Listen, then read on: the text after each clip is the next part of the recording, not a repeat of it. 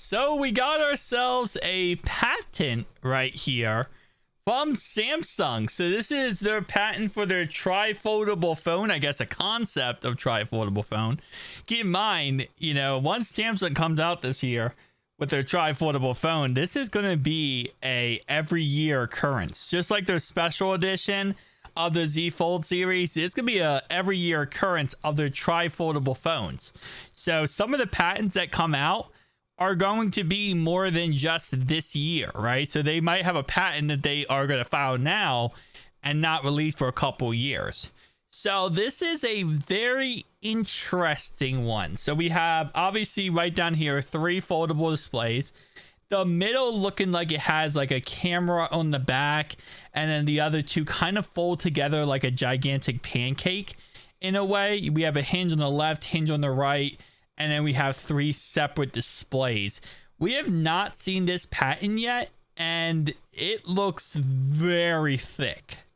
Like, this looks like a very thick phone. You look at figure 1. Figure 1 looks even weirder. It kind of reminds me of like a Surface Duo type of aspect when it comes to like a clamshell type of phone. So, and then figure 10 looks like a Nintendo Switch. I don't know why. Figure 10 looks like a Switch because it has like, the bottom has bezels and then the top has bezels, and then you have the screen inside. Now, of course, that screen inside being it's fully opened. So from very close to fully opened is what we're seeing right here. And then we're seeing figure 6 and 7 being like the side angles of it, right? So what is this? So figure 9, I mean, look at it like a side.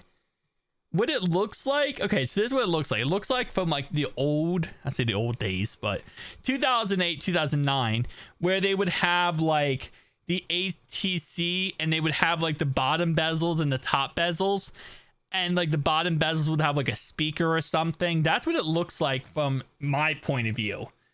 Is it looks like this is like a speaker or something at the top. Actually, you know what this is? This is the USB-C port. Okay, so okay, hold up. Okay, so this could be the USB-C port, but as you can see from figure 7, the USB-C port is right there. So this is just showing, this isn't actually part of the device. This is just showing what the USB-C port would look like and which end the USB-C port is on. So I think that figure 10 is just showing where the USB-C port would be located, like to kind of show you, okay, this is the top of the phone, this is the bottom of the phone. So I think that's what this is indicating. I don't think the USB-C port is going to be coming out of the screen. I think it would just be, this is the front of the phone, this is the bottom, right? So that's kind of what they're trying to show you, an angle to get a general gist of what's going on. So the top of the phone is right there. Oh, sorry, the bottom of the phone right there, because that's where the USB-C port is.